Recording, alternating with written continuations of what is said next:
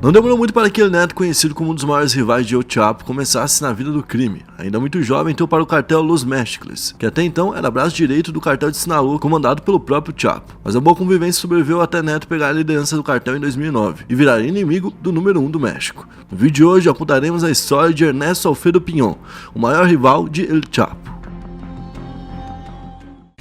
E aí pessoal, beleza? Meu nome é Bruno Fabio, esse daqui é o Planeta Nu, e se você ainda não é inscrito no canal, vai se inscrever agora e deixar o seu like para ajudar a gente. No vídeo de hoje, a gente vai falar sobre El Neto, um dos maiores rivais aí, dentre essa história que já tem, quantas décadas? 3 décadas já, de história aí, o Chapo dentro do mundo do crime, né? Verdade. Então a gente vai falar dele, que faleceu recentemente, mas que sempre foi um grande inimigo, e a gente vai contar por quê. Qual que é o método utilizado pelos homens do El Neto para poder amedrontar o cartel de Sinaloa, o poderoso cartel de Sinaloa, certo? Hoje eu tô com o Digo Black aqui e eu quero saber qual que vai ser a meta de likes pro vídeo de hoje. A média de likes pro vídeo de hoje eu quero 19.999. 19.999 e vamos então começar esse vídeo. El Neto nasceu no dia 6 de abril de 1989 em Ciudad Juárez. Interrompeu o ensino médio e cresceu no bairro José Ortiz de Domínguez, zona da cidade de alto atraso social em que é normal a presença do tráfico, além de ser um dos locais líderes em execuções durante o período conhecido como Guerra contra o Narcotráfico, entre 2008 e 2012. Estratégia feita então pelo presidente da República, Felipe Calderón. Ele é identificado pelas autoridades como suposto líder de uma célula chamada Los Mescles, um dos grupos que atua nessa fronteira em aliança com diferentes cartéis. Essa gangue é responsável por alimentar uma violência nunca vista em Juárez. Então o que aconteceu? A gente teve ali uma política anti-narcotráfico, né, muito pesada, inclusive o novo presidente do México atual, né,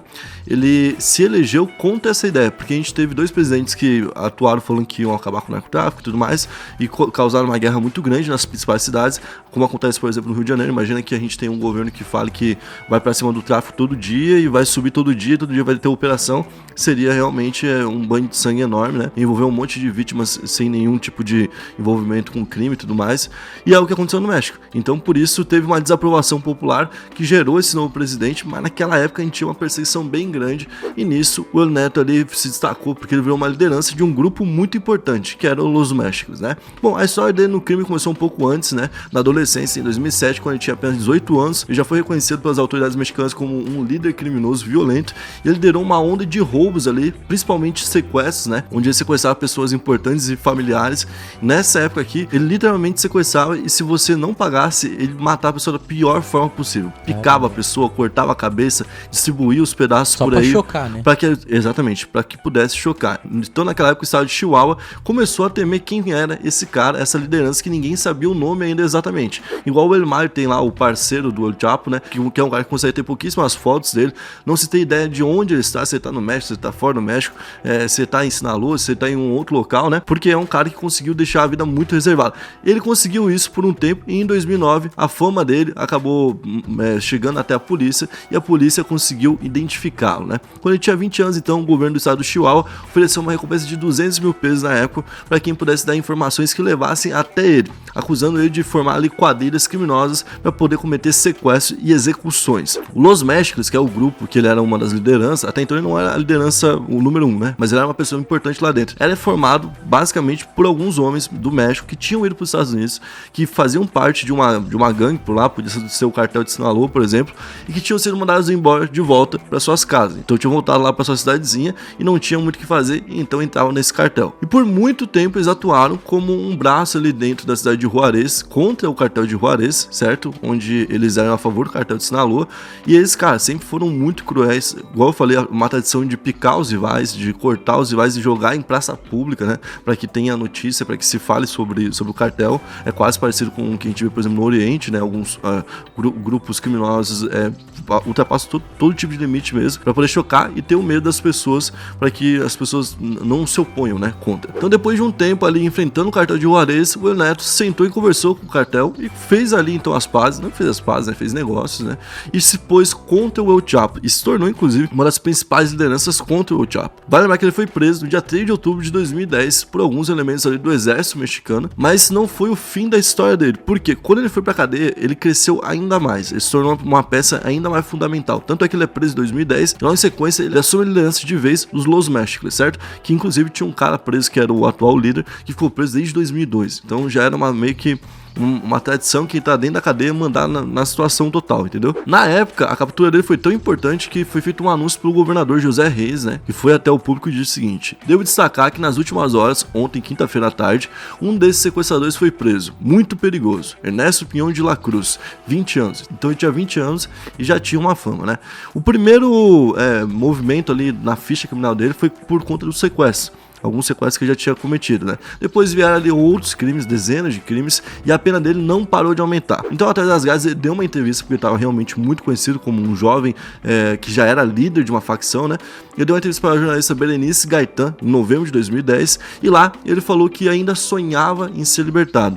2 semanas depois dessa entrevista sair, o El Neto, então, liderou sua primeira tentativa de fuga. Foi isso com 20 anos de idade, com 20 anos de idade. Vale lembrar que, quando ele foi preso, os membros da facção começaram a se envolver com o tráfico de drogas e com isso se enriqueceram, se armaram e se expandiram, né? Então a primeira tentativa de fuga dele foi no dia 6 de dezembro de 2010, uma van branca do estado Chihuahua trafegava à noite ali do oeste até o leste pela avenida Oscar Flores em Ciudad Juárez e era por volta das 7h50 da noite. Então um carro de transporte de polícia estava vindo ali, né? A van, normalmente, quando 2 carros alcançaram ali, pararam ao lado dessa van, e dentro desse caminhão está o El Neto e o César Vega Munhoz, que é o El Tilín. Então os dois ali tinham 21 anos e eram acusados por mais de 30 sequestros e por liderar uma quadrilha de sequestradores que na maioria era de menores, né? Tanto que os que chegaram no carro também eram jovens. Então por isso que eles, a gente se espantou por eles serem líderes, mas é que eles lideravam uma gangue de menores de idade, né? Também, e que na maioria dos locais é assim também, no Brasil também é assim, a maioria dos que estão por lá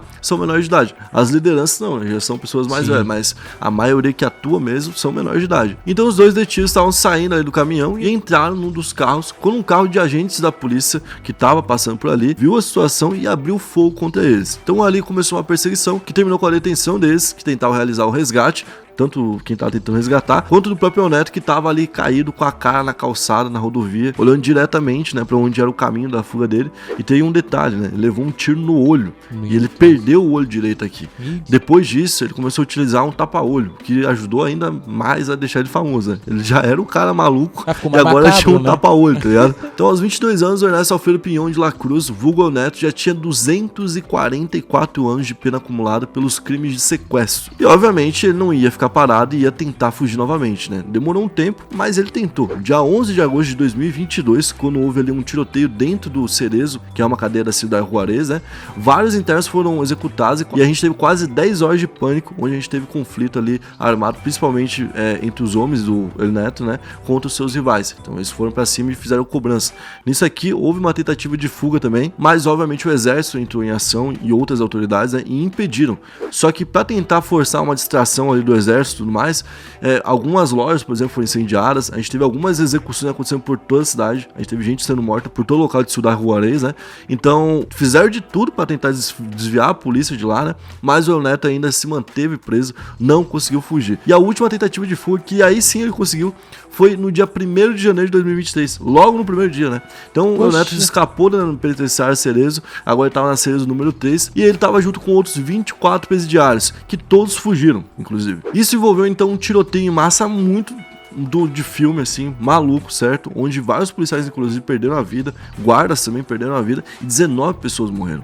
Então foi um tiroteio daqueles, sabe, que você vê só em filme. E o ataque aconteceu durante a madrugada de domingo, quando os homens armados chegaram ali ao presídio com alguns carros blindados e abriram fogo contra os guardas, que não tiveram muita chance. Isso no momento que alguns parentes estavam esperando para poder entrar no presídio para passagem de ano, para poder passar o ano com alguns presos que tinham bom comportamento, coisa do tipo, né? E o plano, obviamente, era conseguir fazer essa fuga dos 25 presos, que incluíam o El Neto, né? O presídio, que tem capacidade para 3.100 pessoas, tinha 3.900, então ele já estava um pouco acima ali do limite, né? E tinha uma lotação um pouco maior também. Então esse presídio já é inclusive conhecido por ter várias rebeliões, por ter conflitos armados dentro da cadeia, né? E, inclusive em 2009 a gente teve, por exemplo, uma guerra entre facções onde 20 pessoas morreram. Isso dentro da cadeia, né? Onde eles são presos, onde era pra não acontecer nada, né? Então aquele dia lá que tinha acontecido o tiroteio em agosto, que ele tentou fugir, que tacaram fogo na cidade, fizeram tudo e que não deu certo, ficou conhecido como Quinta-feira Negra. E eles não queriam que acontecesse novamente, mas aconteceu no dia 1º desse ano, né? Então a polícia falou, pô, a gente vai correr atrás e vai fazer o que for necessário para encontrar esses caras. A gente tem que prender eles novamente. Inclusive, foi feita uma super investigação que descobriu que lá na prisão que ele tava, ele tinha um monte de regalia.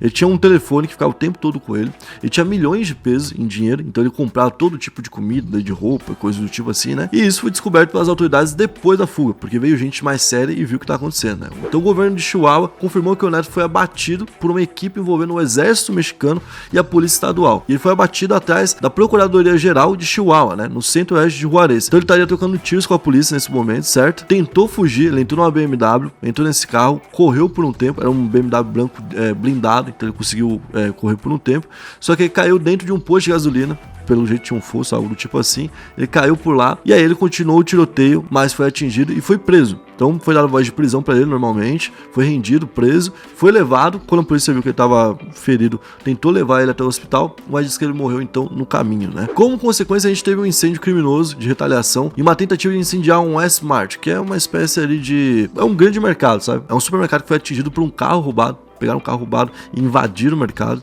tentaram destruir tudo, como forma, né, de retaliação pela morte do El Neto. E o dia foi realmente muito sangrento, tanto é que a bandeira mexicana, que era gigantesca, foi aberta e achada a meio mastro, como uma forma de homenagem, né, pelo governador de Chihuahua, o Maru Campos, pelos guardas e policiais que perderam a vida nesses conflitos envolvendo o El Neto. Então esse cara, que tinha aí tudo para ser um dos principais rivais agora do El Chapo, né, com a rivalidade que ele estava empregando e que, como a gente falou, esse aí foi muito cruel, esse aí foi muito violento, era um cara que conseguia impor medo nas pessoas, nas regiões onde ele se instalava, não era alguém qualquer, né? Acabou falecendo na mão da própria polícia depois de uma fuga, depois de anos preso, né? Já tava aí 13 anos preso basicamente e conseguiu fugir e acabou pagando logo em seguida com a própria vida. Bom, esse foi o vídeo de hoje, espero que vocês tenham gostado. Se você curtiu, vai deixar o seu like, se inscrever no canal e comentar aqui pra gente um próximo vídeo que eu escrever por aqui. Tamo junto, valeu, é nóis.